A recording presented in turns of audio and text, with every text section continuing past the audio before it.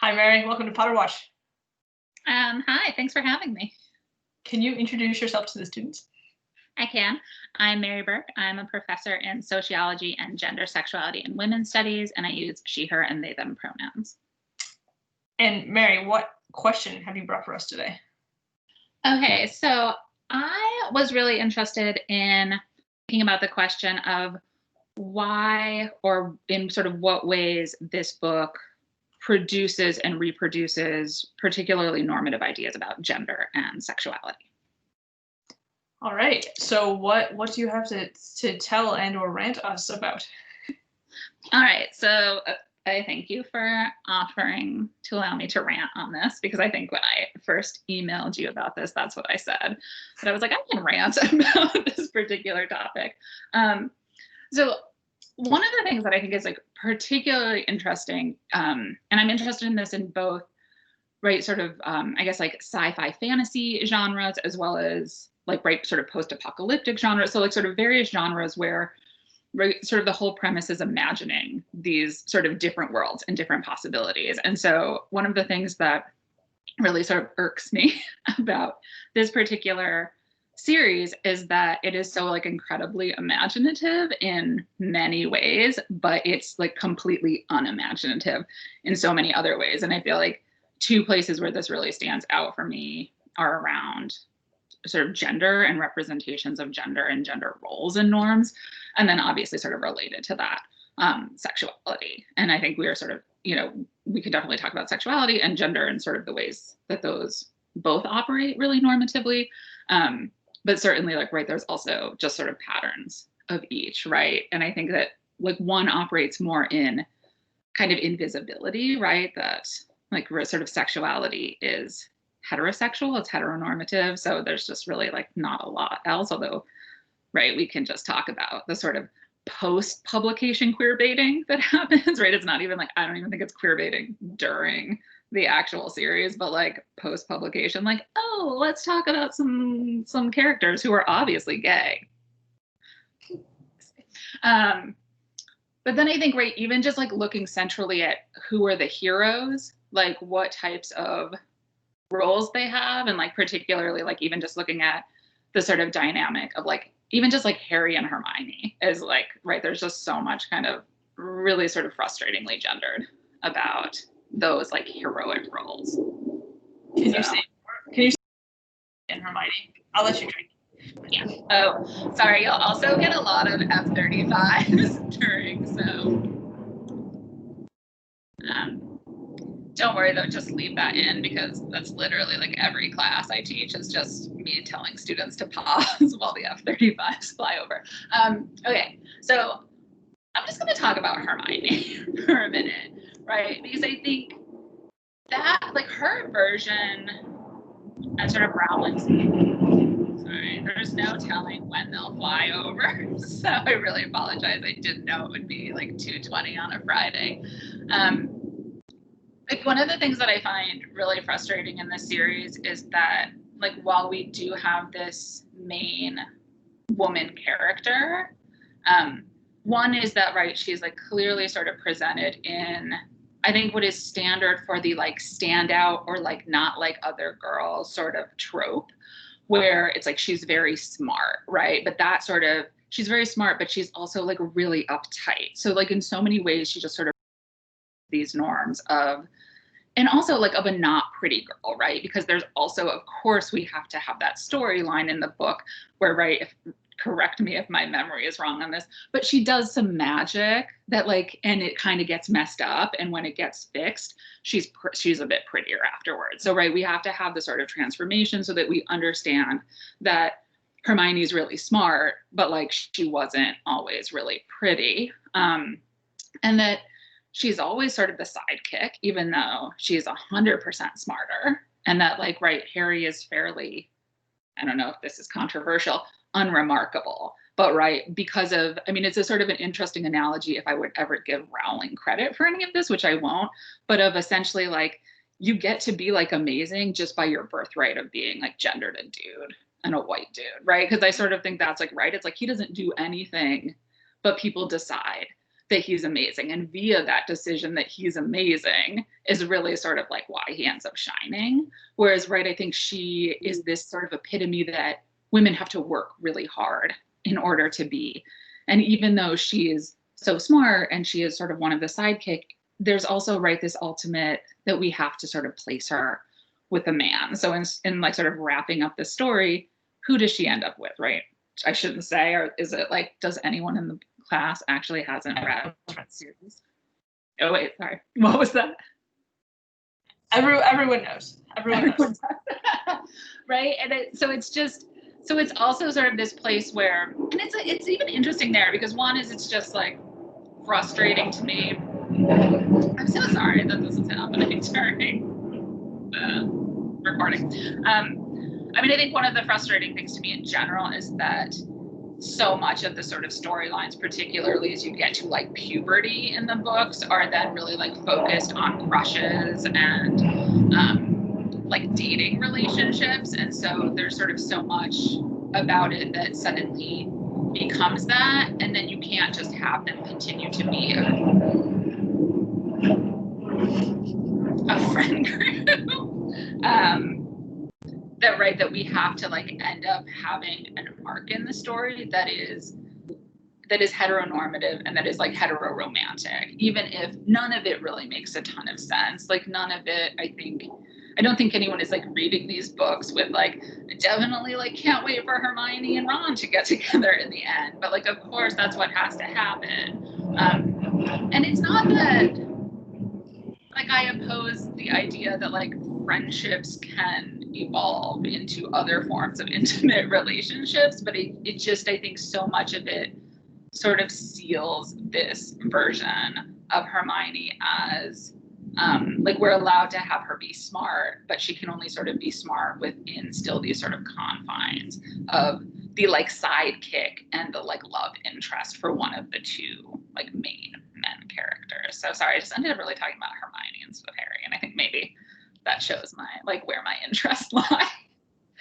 I think we're reading the beginning of book 6 right now, and there's a lot of points where they discuss like the sort of frilly femininity is really disparaged. We already had Umbridge, who's portraying this like female politician in a really particular way.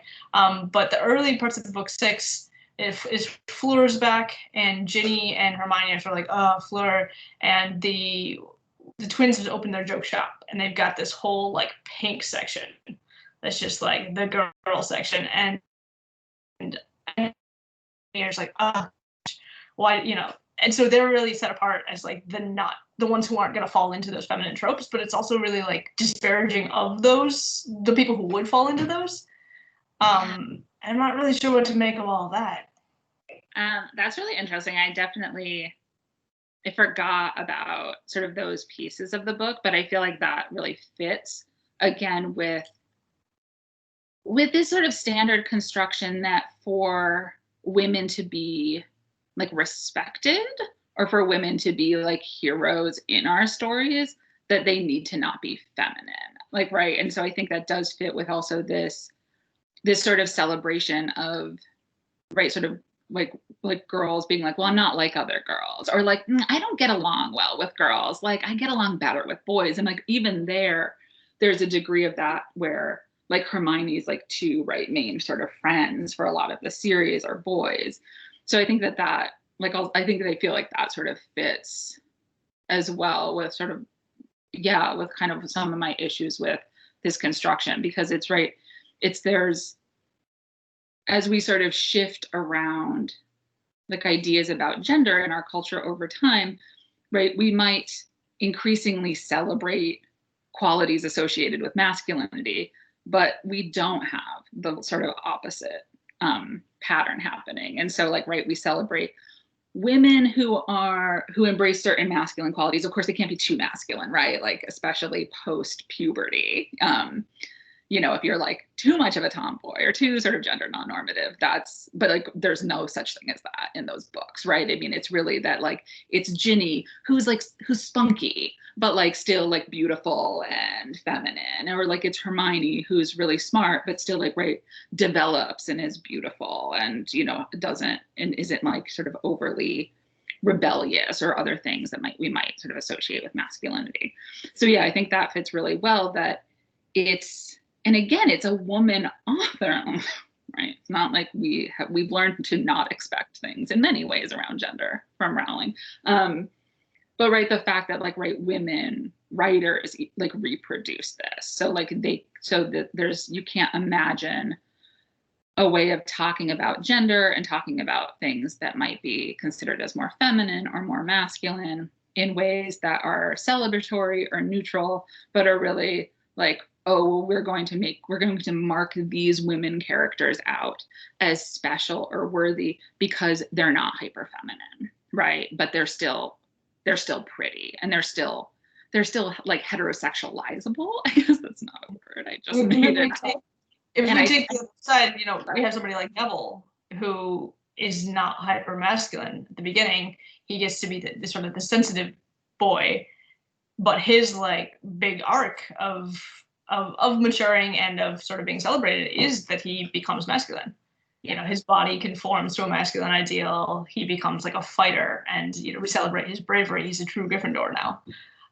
There's no sense in which he can continue to be this sort of plant-loving, round-faced boy who doesn't have these sort of masculine qualities.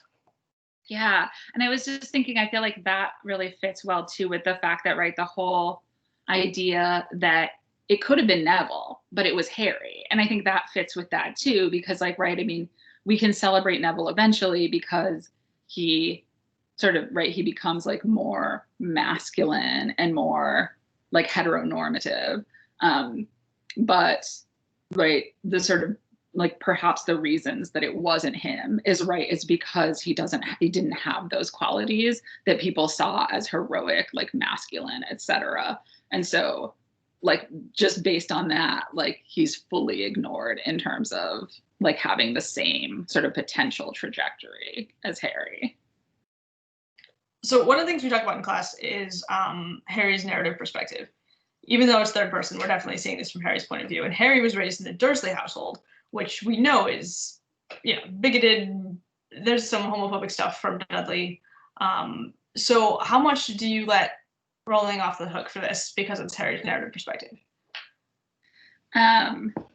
Wait, so let her off the hook for which? Sorry, for what part? Can you any of it? For any of these depictions that are being filtered through Harry's perspective. I see. Not at all. Like I don't know if like maybe this is really. No, I'm not even gonna say this is unfair of me. Like I feel like very confident that these were not intentional decisions on her part in terms of.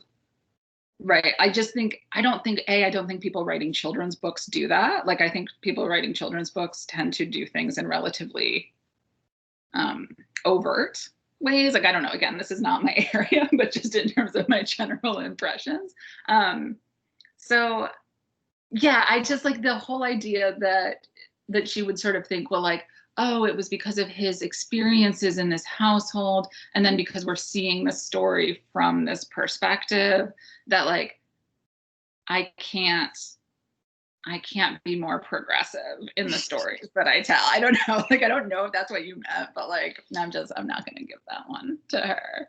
And also I just think that even his like origin stories are such like normative origin stories, right? Where it's like, it's not that, yes, he has a hard time and like his family is really terrible, but one is his family is like, right, sort of terribleness in the books is always presented as these very overt examples, right? And so I think that sort of further sets up this idea that if it's not the Dursleys, or if it's not Umbridge, or if it's not Voldemort, then like everyone's great in the book, right? Like, or Snape. Oh, I guess Snape is right. He's like, like, and I just like, don't even get me into that story. But I just sort of think that, to me, I think that fits more with the arc is that like, right, we're getting these simplistic portraits of good and bad.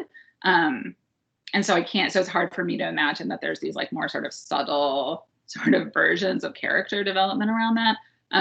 But also like, yeah, and I just think that, right, his experiences, like, right, he has this terrible household, but it's like, but he's still marked out as special, and he's still economically secure because, like, thank goodness somehow his parents just like left him a lot of gold. So it's still like, right, even there, it's like, what is this?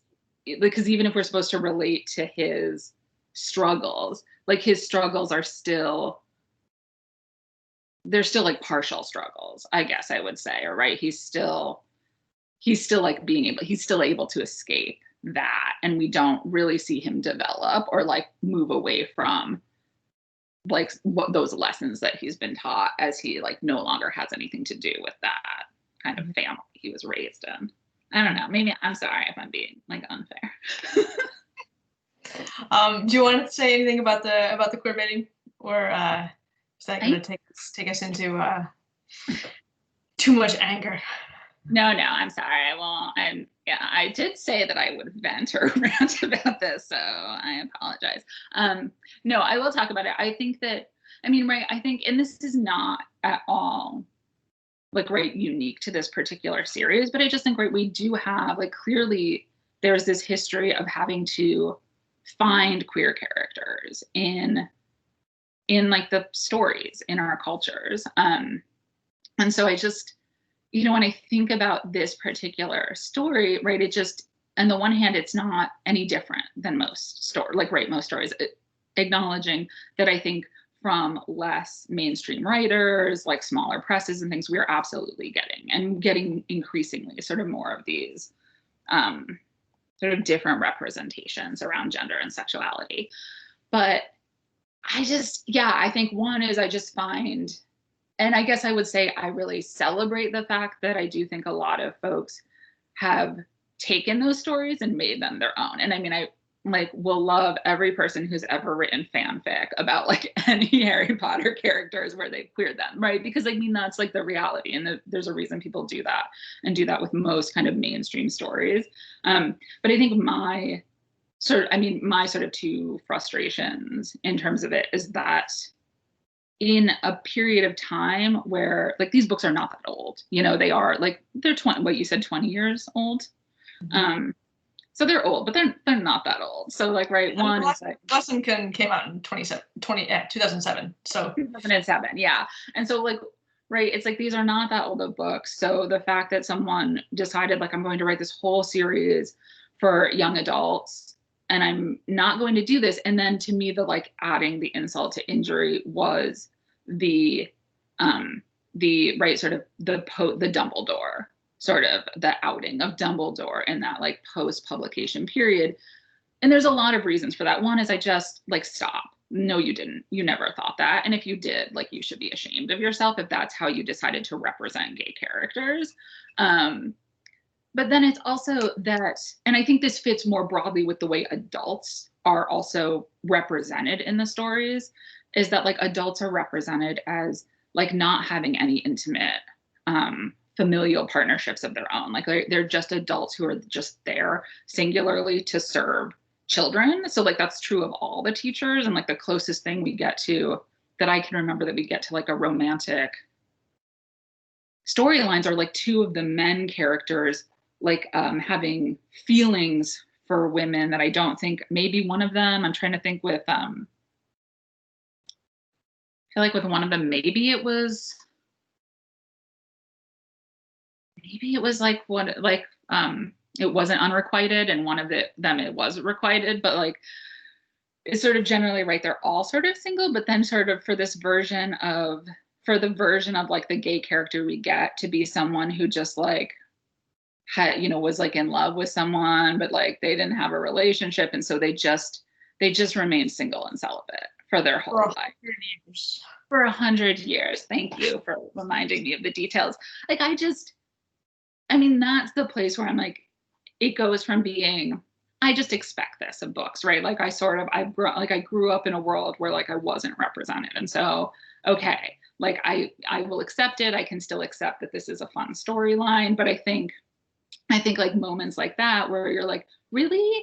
Like just, you know, just so that you could basically sort of say that you hadn't written an entire both human and magical world in which everyone was straight, that like your solution to that was to like, yeah, have someone who just remained self, but was gay. So I just think like it just makes me sad. Like I get angry because I just think like, how sad is that? And then so it's like always this like place in tension, because I think it's like one of the sort of amazing things that queer people always have to do is to create their own stories and to create their own scripts, because right, so much is so heteronormative. So like on the one hand, sort of having this be something that so many queer people have read, and like especially as young people, and sort of tried to make their own is like a very cool thing. And I just like give all the readers a ton of credit for that, but like I will not give Rowling any of the credit for that. We shouldn't have to. We should not be represented either, you know, paratextually only or in metaphor only. Yeah. Because she's willing to go metaphor. She's willing to say, you know, Lupin, you know, is his HIV werewolfism thing, but that's not what we asked for. Yeah, and I just think like it's one thing, you know, I was just thinking like, I remember I took this queer lit class in grad school. This was like, we had to take like classes outside of our areas of study. And so I was like, I'm taking that class. And like just thinking like, to me it made sense to like do queer readings of Dracula, or right, like but like I don't want to have to do a queer reading of a contemporary, like it's you know, if I want to do it for fun, that's great. But I feel like it's one thing to sort of have to read, you know, to do these readings when we're reading things from other time periods, where like literally like ideas about sexuality and identity look different. But yeah, I don't want it. And I also don't think you're giving readers credit when you do that, right? I think that, or I don't, maybe it's not that you're giving readers credit, or that you're not willing to just address things head on. And I think she does that sort of a lot in the book, but I imagine, and again, I don't know a ton about sort of YA or children's literature, but right, I can see just in kind of thinking about the ways we talk about talking to young people about different topics, I think we sort of often go to this like, well, they're not mature enough, or right, particularly, and I think this is one of these terrible things around like quote unquote sexual content, right, which typically means like they're too young for us to talk about queer things, or they're too young STIs, right? And how stigmatizing is that? And also just how unrealistic is that because it assumes a readership that's not dealing with any of these things. And like, surprise, like young people are dealing with these issues and like have family members who are dealing with these issues. So it's also, and again, I don't think she's responsible for this trend, but I just think it sort of represents this broader trend of our construction of sort of things that children need to be protected from, which tend to reproduce like heterosexism or like other issues. So that's, yeah. All right. Well, I'm going to end it here before we get any more planes. But thank you for coming on to talk to us about gender and sexuality in Harry Potter. Yeah, thanks. I didn't know that I would have so many feelings.